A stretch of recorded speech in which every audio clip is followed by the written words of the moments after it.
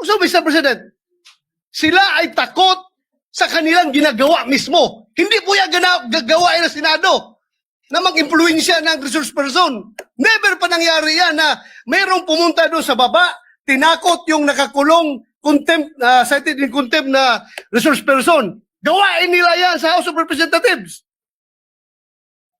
Ginawa nila kay Geraldo.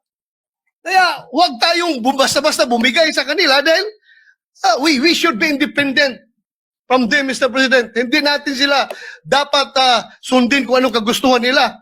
We have to stand on our own.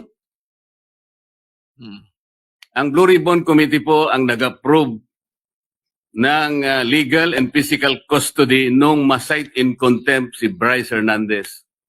Nung makiusap po ang Speaker ng House of Representatives sa inyo, di po ba dapat nakonsulta naman ang Chairman ng Blue Ribbon Committee? Dahil kami po, ginawa namin yon through the collective wisdom of the committee.